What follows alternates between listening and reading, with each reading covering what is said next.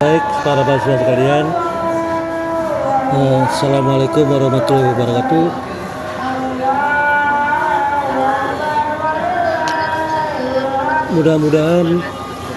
Mudah-mudahan suara saya bisa didengar dengan jelas ya.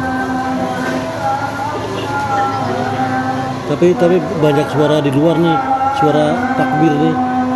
Mudah-mudahan nggak terganggu. Oke, baik. Pada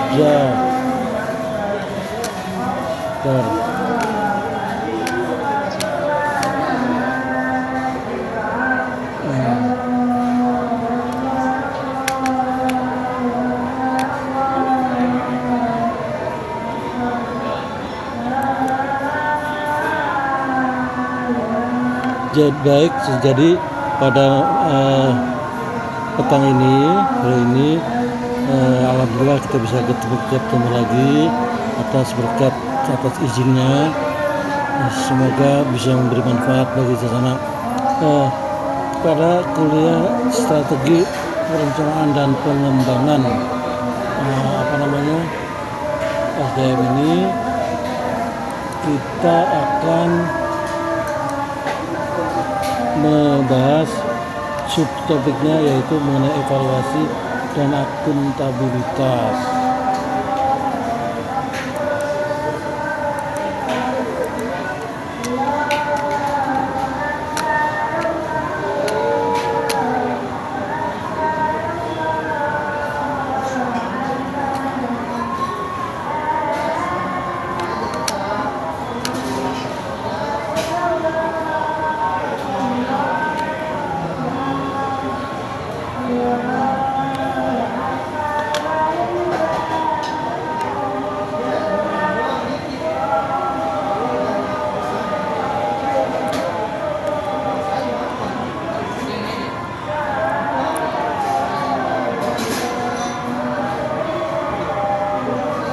Baik, ini subtopiknya, yaitu evaluasi dan akuntabilitas. Jadi kemungkinan mari kita lihat dulu mengenai pengertian evaluasi dan akuntabilitas. Jadi evaluasi berarti secara definisi merupakan proses sistematis untuk mengukur efektivitas, efisiensi, relevansi, dan dampak dari suatu program kebijakan atau kinerja organisasi terhadap tujuan yang ditetapkan. Itu definisi dari evaluasi. Sementara akuntabilitas adalah kewajiban individu atau organisasi untuk mempertanggungjawabkan tindakan, keputusan, dan hasil kerjanya kepada pemangku kepentingan yang berhak untuk penjelasan. Jadi kalau ngomongin akuntabilitas, biasanya kita langsung ngomongin mengenai pertanggungjawaban. Evaluasi menyediakan bukti, akuntabilitas menuntut pertanggungjawaban atas bukti tersebut. Tanpa evaluasi, akuntabilitas hanyalah retorika. Tanpa akuntabilitas, evaluasi hanyalah dokumen arsip. Baik. Kemudian kita lihat mengenai dimensi dari evaluasi yang komprehensif. Jadi kemudian berdasarkan fokus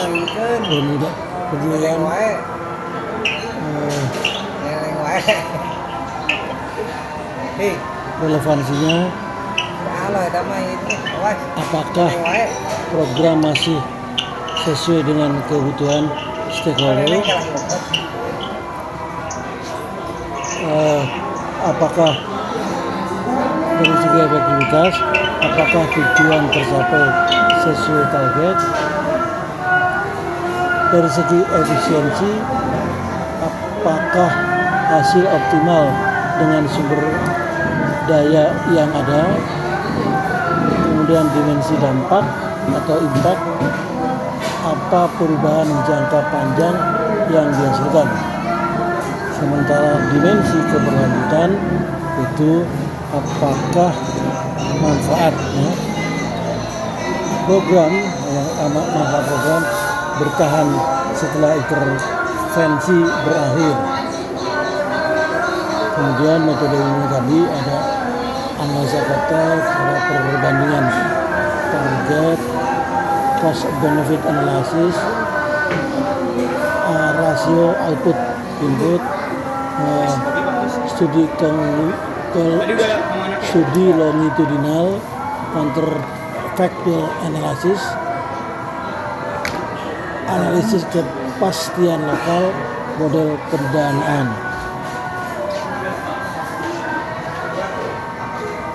Berdasarkan waktu pelaksanaan, jenis evaluasi, ini ada evaluasi formatif, evaluasi sumatif, dan evaluasi ex post.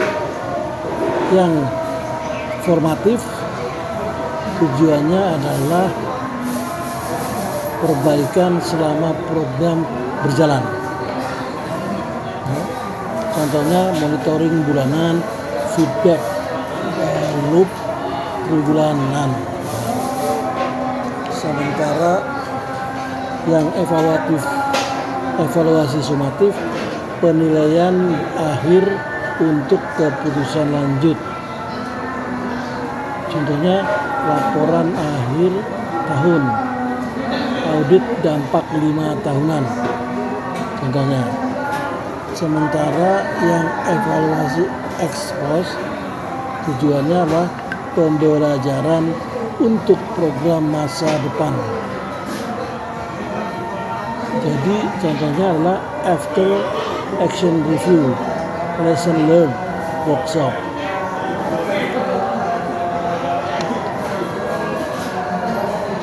Kemudian ini tadi dimensinya ya. Tadi kalau dimensi berdasarkan hasil waktu pelaksanaan, sekarang kita ngomongin dimensi akuntabilitas. Jadi mengenai akuntabilitas ini dimensinya berdasarkan arah pertanggungjawaban. Dimensinya adalah dari jenis, akuntabilitasnya vertikal, ada yang horizontal, akuntabilitas diagonal, dan akuntabilitas internal. Ya sudah kita bisa bayangkan lah kemana saja ini alamatnya. Misalkan akuntabilitas vertikal atau ke atasan, regulator, pemerintah, pokoknya yang sifatnya vertikal. Berdasarkan objek pertanggungjawaban. Jadi kalaulah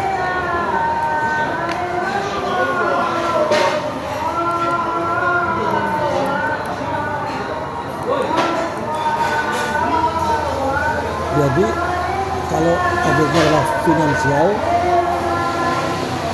laporan keuangan diaudit, kepatuhan anggaran, ada kemudian transparansi penggunaan dana.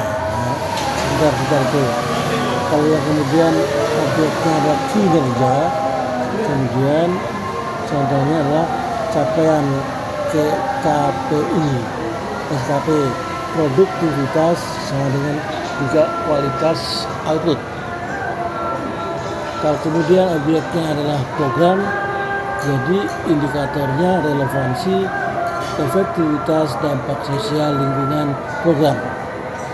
Dan kalau objeknya adalah kebijakan, policy, contoh indikatornya adalah konsistensi dengan regulasi, dampak sistemik, dan keadilan distribusi.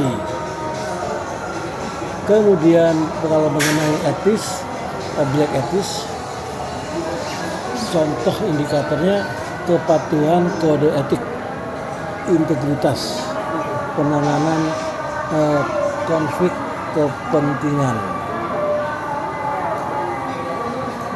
Kerangka evaluasi dan akuntabilitas, ya komponen kunci sistem ada indikator SMART, sistem data, mekanisme verifikasi, skip aja. Nah, kemudian ini adalah mengenai metode dan alat evaluasi.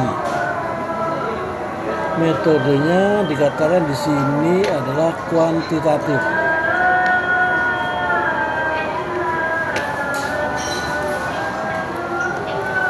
Ya, dikatakan sini adalah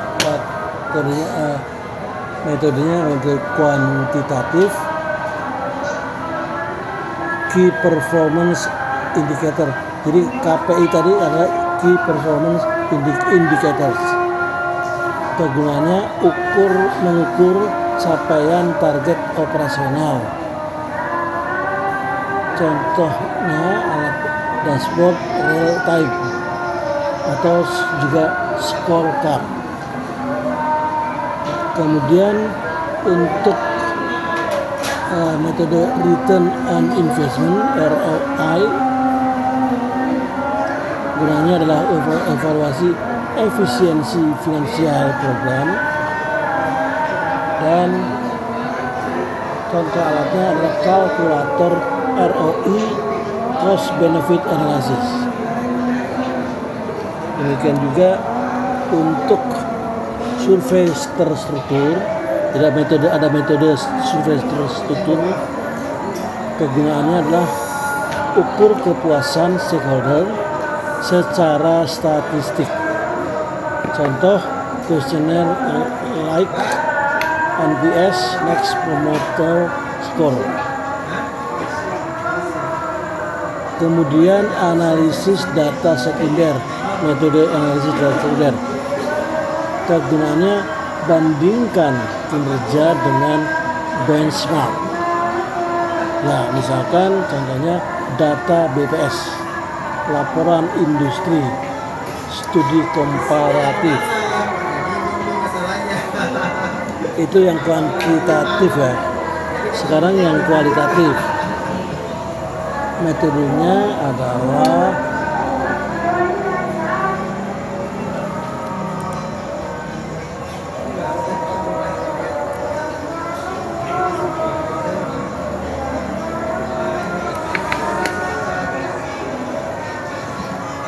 metode Focus Group Discussion (FGD). Kegunaannya adalah mengeksplorasi persepsi mendalam stakeholder. Jadi kalau kualitatif, persepsi ini pasti urusannya dengan kualitatif. Contoh alatnya panduan diskusi, fasilitator terlatih, wawancara mendalam metodenya. Ya, saya yakin para mahasiswa sudah tahu lah mengenai metode kuantitatif dan kualitatif ya. Jadi kemudian kualitatif yang lain metodenya studi kasus, juga observasi partisipatif. Tapi yang jelas antara metode kuantitatif dan kualitatif menurut saya tidak bisa dipisahkan. Kedua-duanya itu harus ada. Tidak mungkin bikin metode pakai kuantitatif tapi tidak ada kualitatifnya, tidak ada penjelasannya, tidak ada interpretasinya, tidak ada persepsinya. Demikian juga kualitatif akan bagus apabila kemudian dilengkapi dengan kuantitatif. Kemudian berikutnya adalah metode partisipatif. Participatory Rural Appraisal (PRA). Libatkan masyarakat dalam evaluasi program. Contohnya pemerataan pemetaan sosial, kalender musim, ranking, kemudian metode most significant change MSC.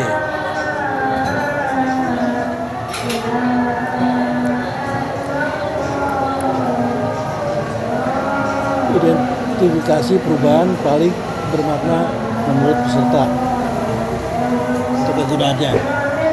Kemudian contoh alatnya cerita perubahan, panel seleksi, dan refleksi.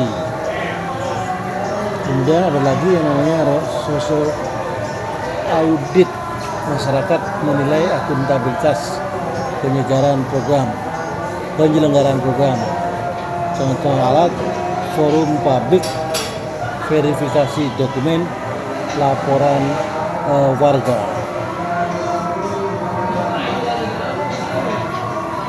Kemudian berikutnya adalah mekanisme akuntabilitas yang efektif.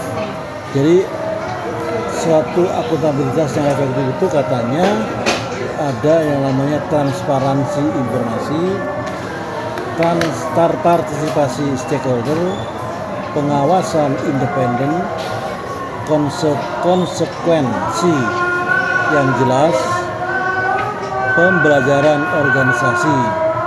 Setidaknya ada 5 itu mengenai mekanisme akuntabilitas yang efektif.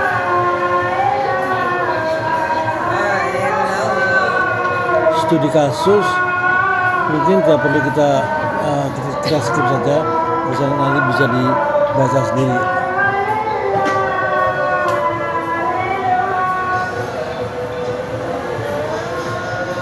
Nah, kemudian mungkin ini penting adalah dimengerti adalah tantangan implementasi dan solusi. Tantangannya adalah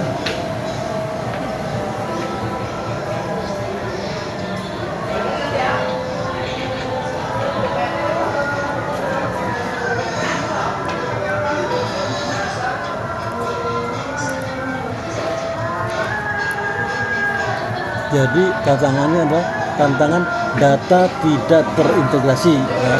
Ada suatu situasi seperti itu. Dampaknya evaluasi parsial, akuntabilitas lemah. Solusi strategis, bangun sistem data terpadu dengan API antar instansi.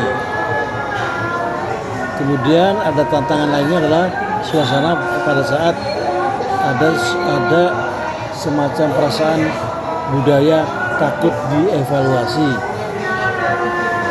Dampaknya manipulasi data, pelaporan formalistik. Karenanya harus dirubah mindsetnya. Evaluasi sebagai alat belajar, bukan penghakiman. Nah itu dia. Kalau zaman dahulu kala kan namanya evaluasi itu seakan-akan sebagai suatu penghakiman, sehingga penghakiman atau dicari-cari kesalahan, sehingga orang pada alergi. Kemudian tantangan berikutnya, minimnya kapasitas evaluasi. Metode tidak legal, kesimpulan tidak valid. Pelatihan evaluator internal, solusinya kemudian kemitraan dengan akademisi atau LSM. Tantangan berikutnya adalah stakeholder tidak terlibat. Dampaknya adalah evaluasi tidak relevan, akuntabilitas semu. Harus dicari solusi berupa mekanisme partisipatif sejak perencanaan hingga tindak lanjut. Kemudian untuk tantangan tindak lanjut lemah, evaluasi hanya jadi dokumen arsip. Wajibkan rencana aksi perbaikan dengan timeline dan penanggung jawab.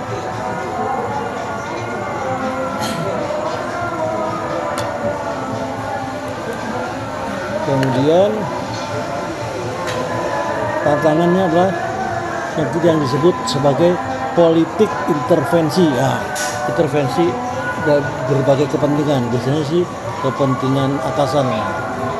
Kemudian dampaknya hasil evaluasi dimanipulasi untuk kepentingan tertentu. Solusinya libatkan pihak independen, publikasikan metodologi dan data mentah. Kemudian juga ada yang namanya indikator sistem evaluasi dan akuntabilitas yang matang. Kategorinya perencanaan, pelaksanaan, evaluasi, akuntabilitas, pembelajaran, dampak.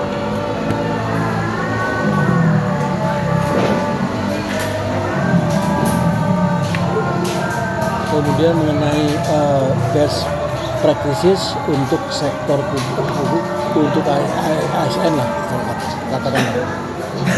Jadi best practices-nya satu, integrasi dengan sistem nasional. Kedua, gunakan teknologi untuk transparansi. Ketiganya, bangun kapasitas evaluasi internal. Keempat, libatkan masyarakat sebagai mitra evaluasi. Kemudian jadikan evaluasi sebagai siklus pembelajaran. Jadi kemudian bisa dirangkum bahwa setelah kita diskusi, ngobrol ke sana kemari mengenai evaluasi, maka bisa dikatakan bahwa evaluasi dan akuntabilitas bukan beban administrasi. Mereka adalah kompas moral dan mesin pembelajaran organisasi. Tanpa evaluasi yang rigor, kita terbang buta. Tidak tahu apakah kita menuju tujuan atau tersesat. Itu fungsinya evaluasi ya. Tanpa akuntabilitas, pertanggungjawaban tadi yang transparan, kita kehilangan kepercayaan. Tidak ada legitimasi untuk bertindak atas nama publik. Di era transparansi global dan tuntutan partisipasi, organisasi yang unggul bukan yang paling sempurna, tapi yang paling jujur dalam mengukur diri, paling berani mengakui kelemahan, dan paling konsisten memperbaiki diri. Evaluasi dan akuntabilitas adalah fondasi bagi tata kelola yang bersih, kinerja yang berkelanjutan, dan kepercayaan yang tak tergoyahkan. Penutup dari quote ini, akuntabilitas bukan tentang mencari kambing hitam. Evaluasi bukan tentang menghakimi masa lalu. Keduanya adalah tentang membangun masa depan yang lebih baik dengan bukti, bukan janji.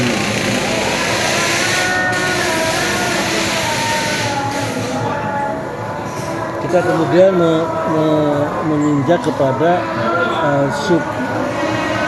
subtopik lain, yaitu indikator kinerja utama ya,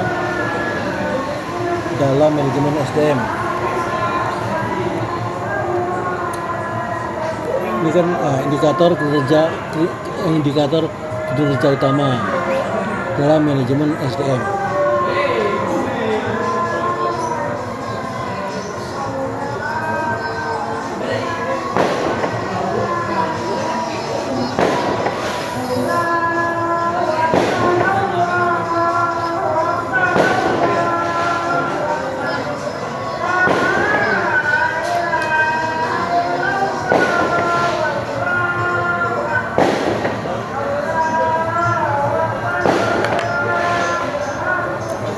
Maaf kebablasan.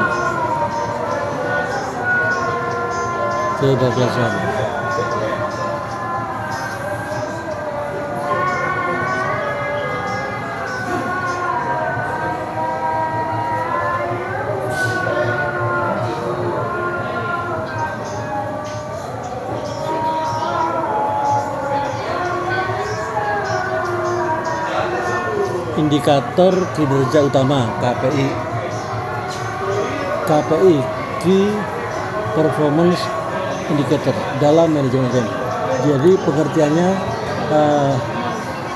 seperti ini: seperangkat metrik terukur dan terstandarisasi yang digunakan untuk menilai efektivitas, efisiensi, dan dampak fungsi SDM terhadap pencapaian tujuan strategis organisasi.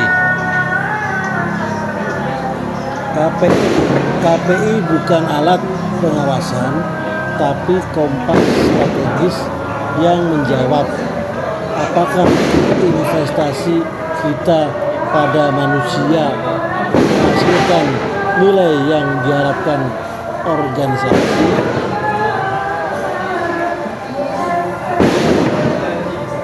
Aduh, maaf nih ya kalau ada terdengar suara-suara atasan nih, sudah mulai suasana takbiran. Oke, berikutnya adalah fungsi utama KPI SDM. Fungsi utamanya adalah untuk pengukuran, penyelarasan, pengambilan keputusan, akuntabilitas atau pertanggungjawaban tadi, dan pembelajaran. Kategori dan contoh. Ya.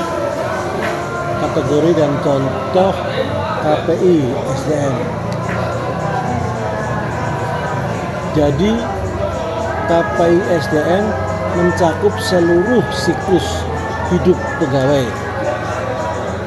Berikut klasifikasi utama beserta rumus, target, ideal, dan interpretasi.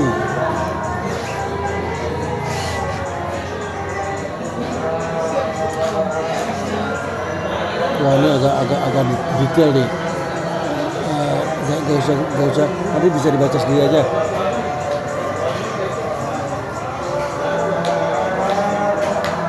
Retensi dan turnover juga ada persen, ada pegawai kunci potensial keluar, total keluar, dan sebagainya.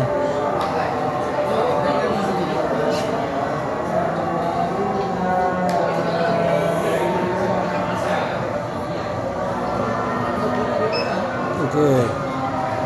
Engagement dan kesejahteraan. Saya paling nggak suka pakai rumus-rumus ini.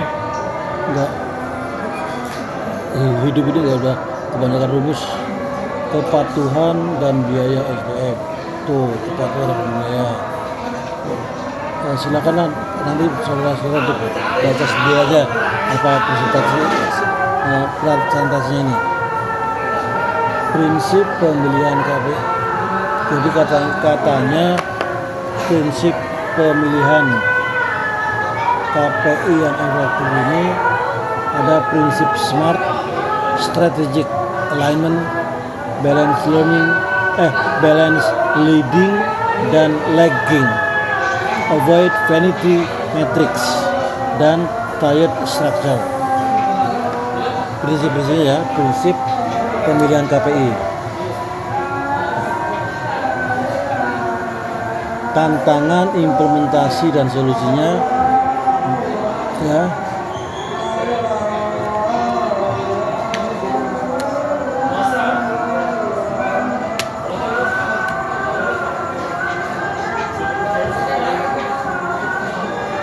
Konteks Indonesia, ASN versus sektor swasta. Jadi yang namanya situasi kalau dikonfrontir antara ASN dan sektor swasta, itu aspeknya adalah regulasi acuan. Kalau sektor ASN itu Permen PAN RB ya, tahunnya 2021, ketika sementara swasta Undang-Undang Ketenagakerjaan, kemudian KPI utama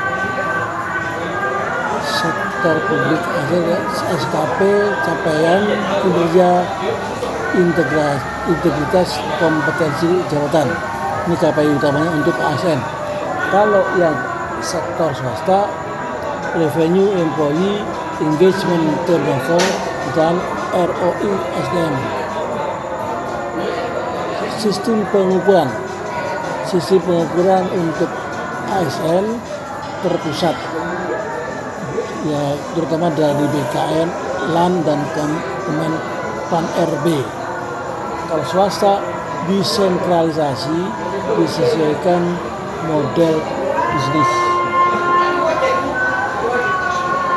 Juga aspek berikutnya fokus strategis. Kalau ASN pelayanan publik, meritokrasi dan akuntabilitas. Kalau yang swasta fokus strategisnya profitabilitas dan cari keuntungan saya. Kemudian inovasi, daya saing pasar.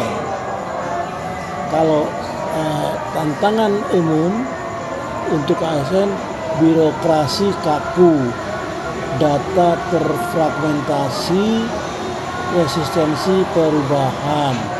Sementara sektor swastanya overmetric, short termism dan tekanan biaya. Ini katanya ada data bahwa 68%, ini data tahun 2025, 68% BUMN telah mengadopsi dashboard KPI SDM terintegrasi. Hanya 42% perusahaan swasta menengah, perusahaan swasta menengah memiliki sistem KPI SDM yang terstandarisasi. Jadi itu timpangnya di situ. Jadi kemudian katanya nih, kalau kita sudah ngomongin KPI tadi, maka best practices-nya harus satu, mulai dari strategi bukan metrik. Yang kedua, bangun data foundation yang kuat. Yang ketiga, libatkan stakeholder dalam penetapan target. Yang keempat, gunakan dashboard visual dan real time. Kemudian yang kelima, review dan adjust secara berkala. Enamnya, terakhir, kaitkan dengan sistem reward and pengembangan. Ini sementara itu studi kasus juga saya skip aja. Jadi mengenai KPI tadi dikatakan bahwa KPI SDM yang baik bukan yang paling banyak, tapi yang paling jujur, relevan dan terhubung dengan nilai organisasi. Ia harus menjawab 3 pertanyaan strategis. 1. Apakah kita memiliki orang yang tepat? 2. Apakah mereka bekerja dengan cara yang tepat? Dan 3. Apakah mereka menciptakan dampak yang tepat?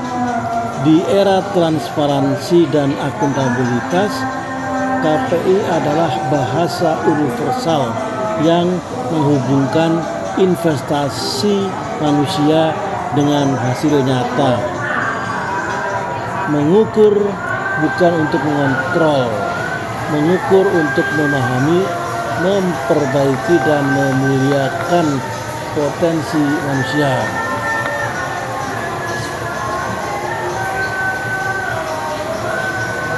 Nah, kemudian mungkin kita ini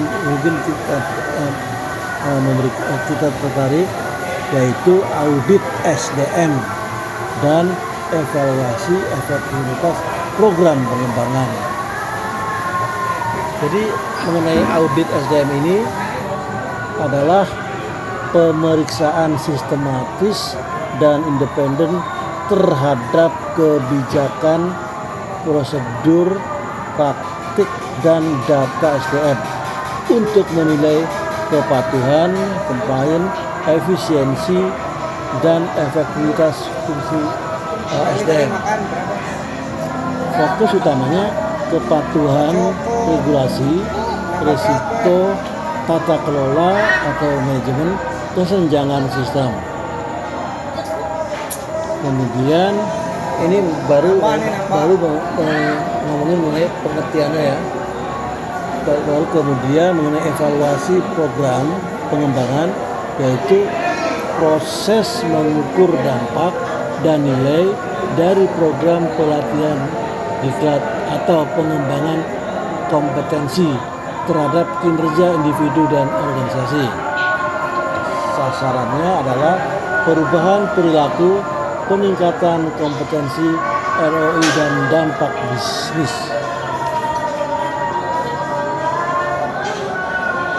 Tujuan dan manfaat dari audit. Tujuan yaitu kepatuhan hukum, manajemen risiko, efisiensi operasional, strategic alignment, peningkatan kapasitas. Jadi kemudian tujuan evaluasi program pengembangan itu tujuannya ukur dampak nyata, justifikasi investasi, perbaikan berkelanjutan, pengembangan keputusan, dan 5 adalah pengembangan talent.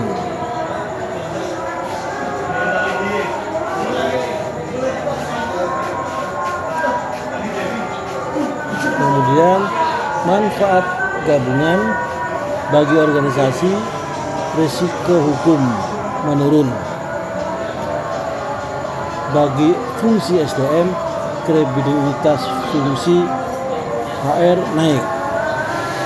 Bagi pegawai, program pengembangan lebih relevan. Kemudian manfaat gabungannya, jadi produktivitas meningkat, data untuk advokasi anggaran, jalur karir lebih jelas. Yang manfaat gabungan lainnya, reputasi employer, brand menguat, peran strategis di mata direksi, dan lingkungan kerja lebih adil dan transparan.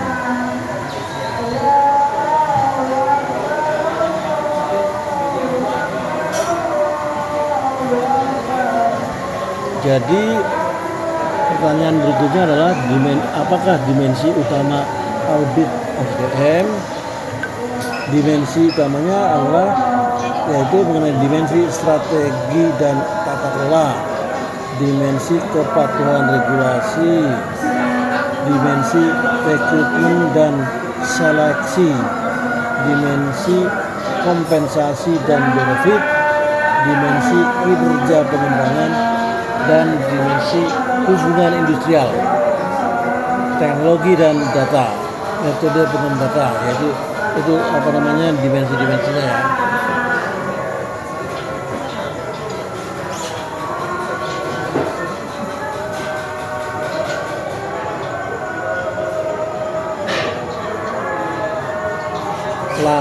Berikutnya langkah audit, implementasi audit dan evaluasi, yaitu tahap 1, perencanaan dan persiapan, pengumpulan data, analisis dan temuan, pelaporan dan rekomendasi, apa saja jumlahnya. Kelima, tahap 5, tindak lanjut dan monitoring.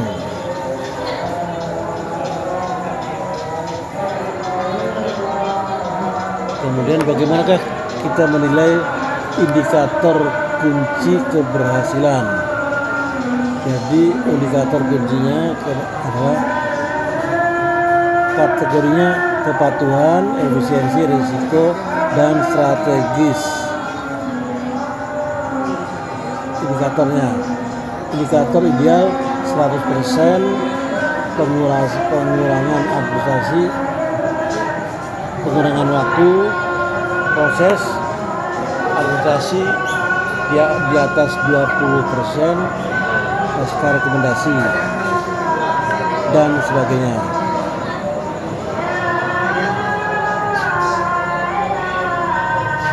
Indikator evaluasi program pengembangan. Ini level Kirkpatrick ya, saudara mungkin sudah familiar dengan nama Kirkpatrick, indikator terukur. Jadi Kirkpatrick itu reaksi, pembelajaran, perilaku, dan hasil nanti dihitung dan dilihat. Kepuasan peserta di atas 42,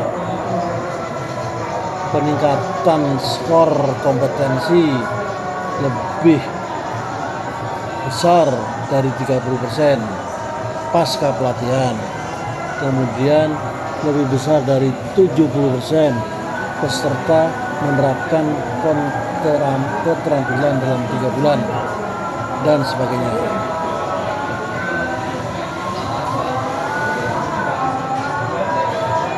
Ini mengenai studi kasus, kita skip aja.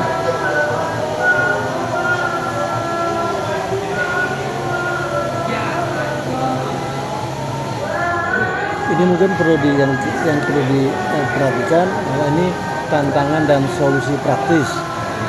Tantangannya adanya data terfragmentasi. Menurut saya terutama ini di ASN biasanya sih. Dampaknya audit tidak komprehensif, evaluasi bias. Solusinya integrasikan HRIS, SIMPEK, dan LMS dalam satu dashboard.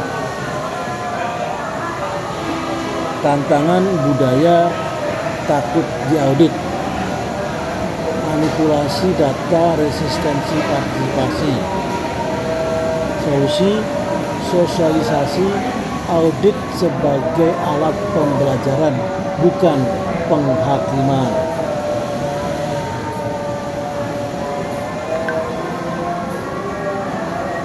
Minimnya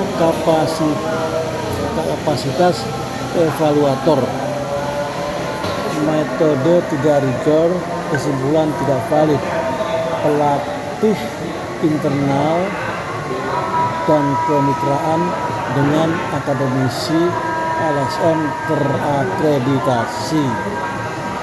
Kemudian mengenai evaluasi hanya sampai level 1 dan 2. Tidak terukur dampak nyata terhadap organisasi. Solusinya wajibkan level 3 dan 4 untuk program bernilai di atas 500 juta. Kemudian rekomendasi tidak di follow up, tidak ditindaklanjuti. Audit atau evaluasi jadi dokumen arsip. Mekanisme monitoring dengan konsekuensi jelas bagi penanggung jawab. Kemudian seperti biasa kalau kita ngomongin tantangan pasti ada politik intervensi dari pihak-pihak luar, pihak-pihak politik, pihak-pihak cukong-cukong. Dampaknya temuan dilembutkan untuk kepentingan tertentu.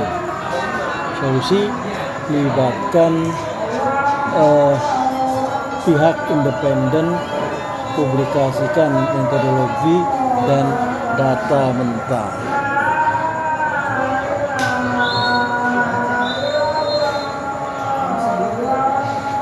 Jadi saudara-saudara sekalian, kalau kita ngomongin materi ini itu sangat-sangat rumit sekali. Jujur saya sendiri tidak begitu suka. Ada evaluasi, ada akuntabilitas, kayak gitu yang bagi saya sih rumit amat ya gitu. Karena saya bukan birokrat tulen kayaknya. Best practices untuk sektor publik. Karena orang-orang yang begini tuh orang-orang yang telaten dan dia itu memang rajin ya membuat SDM itu.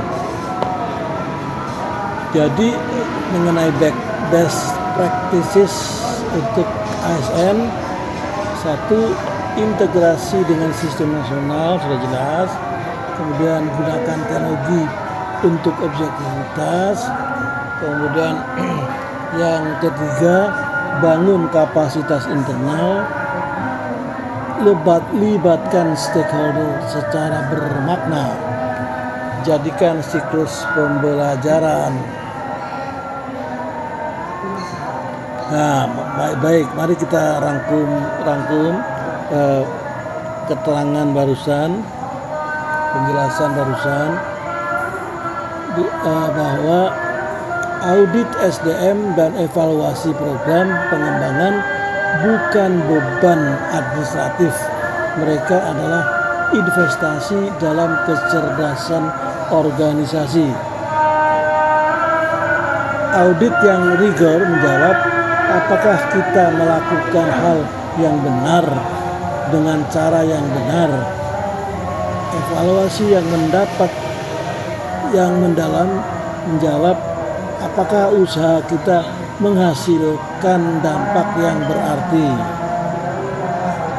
Di era transparansi dan akuntabilitas, organisasi yang unggul bukan yang paling sempurna, tapi yang paling jujur dalam mengukur diri, paling berani mengakui kelemahan, dan paling konsisten memperbaiki diri. Audit dan evaluasi adalah fondasi bagi tata kelola SDM yang bersih, pengembangan talenta yang berdampak, dan kepercayaan publik yang tak tergoyahkan.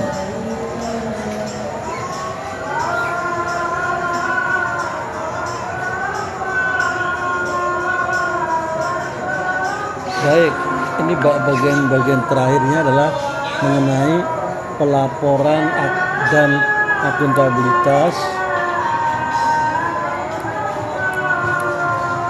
kepada stakeholder.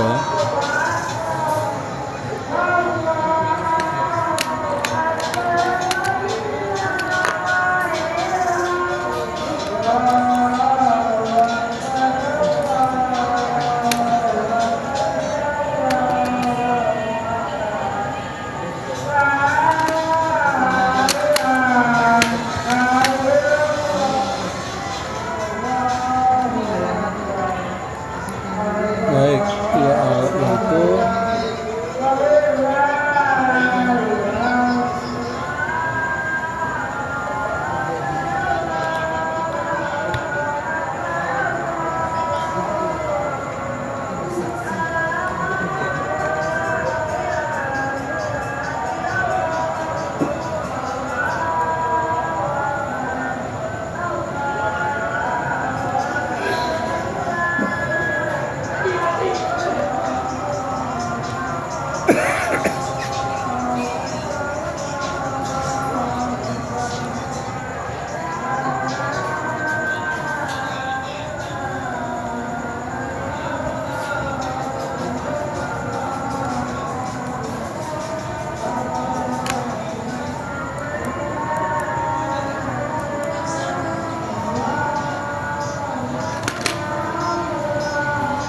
Oke, pelaporan dan akuntabilitas kepada stakeholder.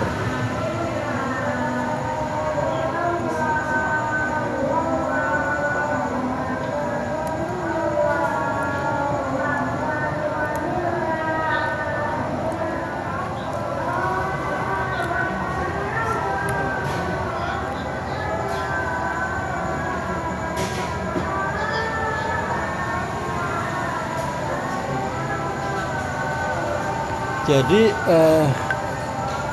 definisi mengenai pelaporan dan akuntabilitas kepada stakeholder yaitu pelaporan stakeholder.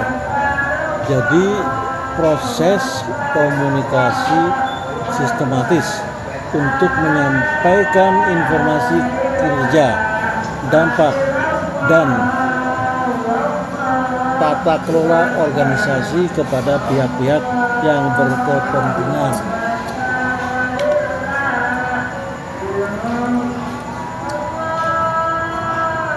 Fokus utamanya transparansi, relevansi, dan aksesibilitas informasi. Kemudian pengertian yang berikutnya mengenai akuntabilitas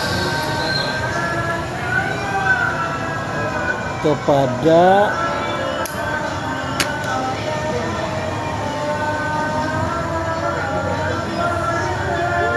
stakeholder. Jadi akuntabilitas kepada stakeholder adalah kewajiban organisasi untuk mempertanggungjawabkan keputusan, tindakan, dan dampaknya kepada semua pihak yang terdampak atau memiliki hak untuk menuntut penjelasan. Fokus utamanya pertanggungjawaban moral, hukum, dan sosial. Jadi pelaporan adalah media komunikasi, ya. Jadi sudah ada pengertian baru di pelaporan adalah media komunikasi. Akuntabilitas adalah komitmen moral. Tanpa pelaporan yang jujur, akuntabilitas hanyalah janji kosong.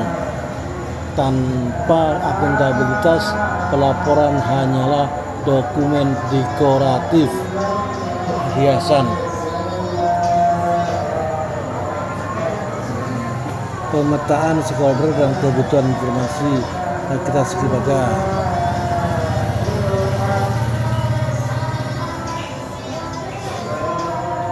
Prinsip pelaporan yang efektif dan akuntabilitas yang efektif. Prinsipnya harus ada prinsip relevansi, keandalan,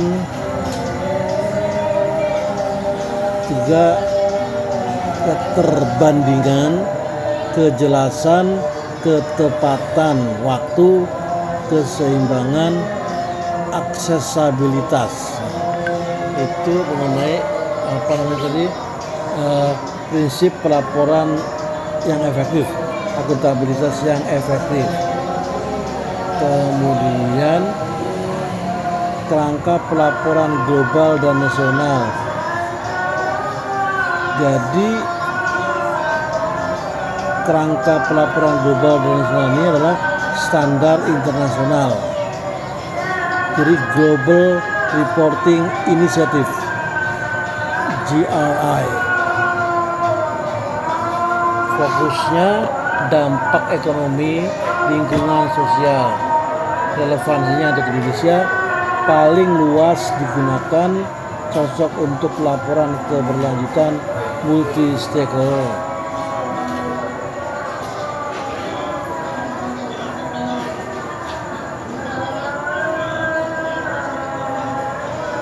Jadi lebih baik kita langsung aja ke sini mengenai mekanisme akuntabilitas kepada stakeholder, yaitu 1, adanya pelaporan formal. Terus yang kedua, dialog dan partisipasi langsung. Yang ketiga, transparansi digital.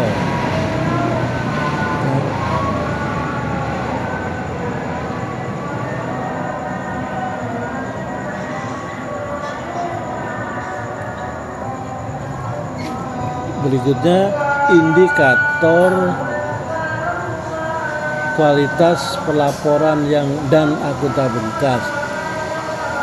Indikator kualitas pelaporan dan akuntabilitas. Jadi kategorinya kategori konten, kredibilitas, dan aksesibilitas.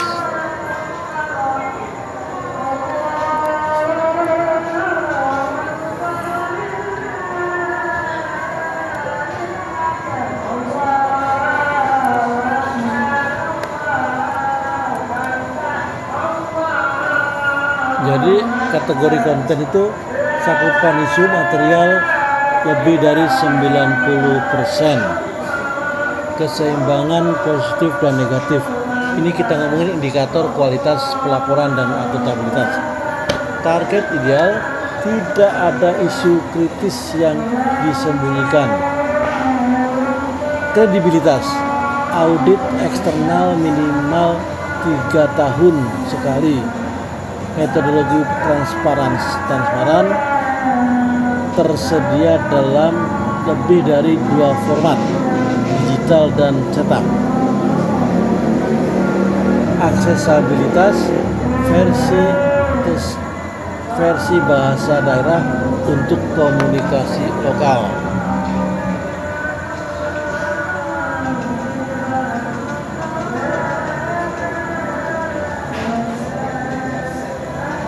Kemudian kategori responsivitas, indikatornya waktu respon pengaduan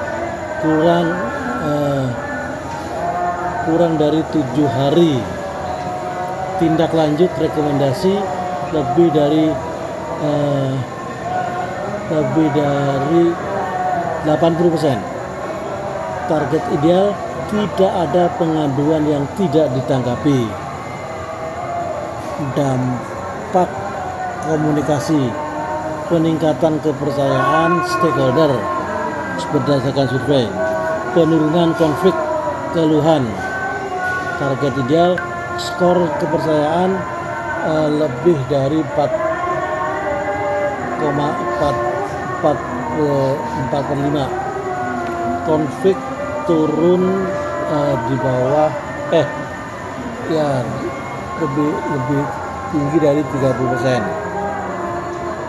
Kalau ini studi kasus, ya silakanlah dibaca sendiri aja. Kita skip aja. Nah, ini mungkin tantangan dan implementasi sedang solusi praktis. Tantangannya seperti yang mirip yang tadi, tantangan data terfragmentasi, budaya menutupi masalah, kapasitas pelaporan terbatas, kemudian tantangan stakeholder tidak terlibat, dan tantangan biaya pelaporan tinggi. Kemudian greenwashing atau social washing.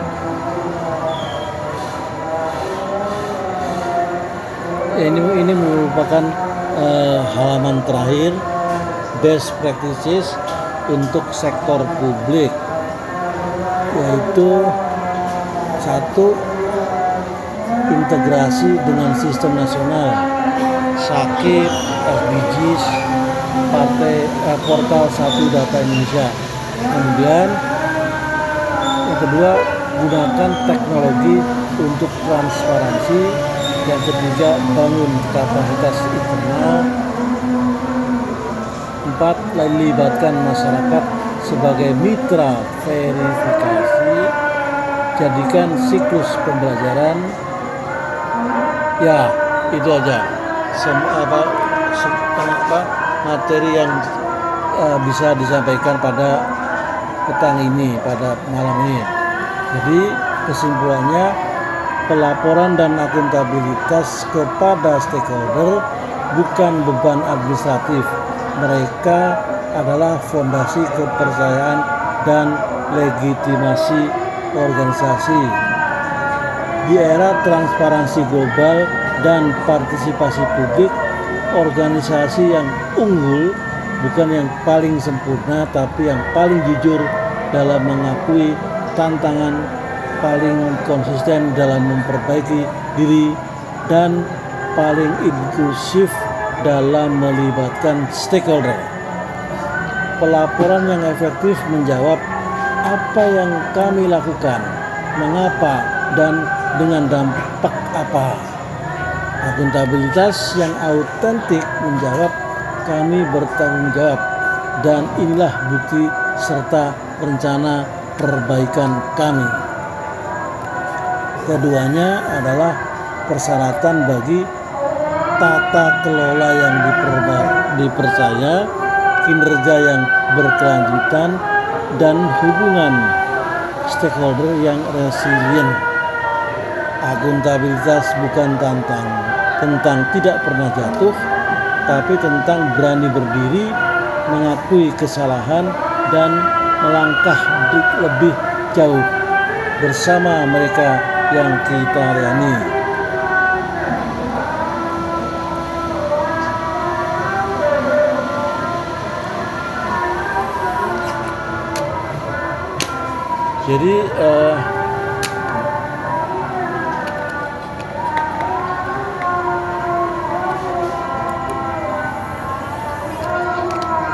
Jadi para mahasiswa sekalian, sementara ini materinya kurang lebih itu yang bisa saya sampaikan. Kurang lebihnya bisa kita cari sendiri, apalagi sekarang di era reformasi informasi sekarang ini kan gampang sekali. Kalau kita ingin jadi orang pinter, bisa kita cari sendiri, bisa kita baca sendiri, bisa kita pikir sendiri. Kemudian juga adalah bahwa terus terang materi ini bagi saya agak rumit. Saya tidak begitu menguasai dalam hal evaluasi dan akuntabilitas tadi. Namun mungkin aja di antara saudara-saudara ada yang punya kelebihan di bidang atau di pengetahuan mengenai akuntabilitas dan evaluasi. Silakan bershare ria dengan kita semua. Monggo. Sementara itu, kalau memang ini ya,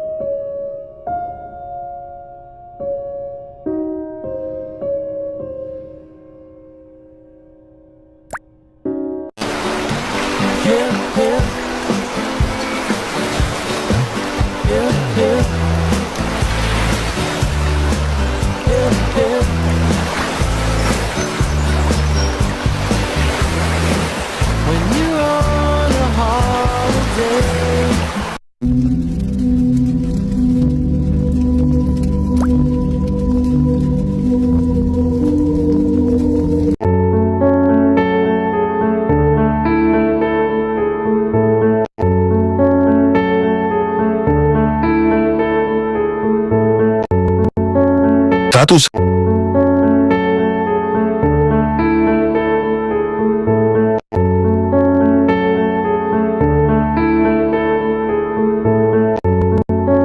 status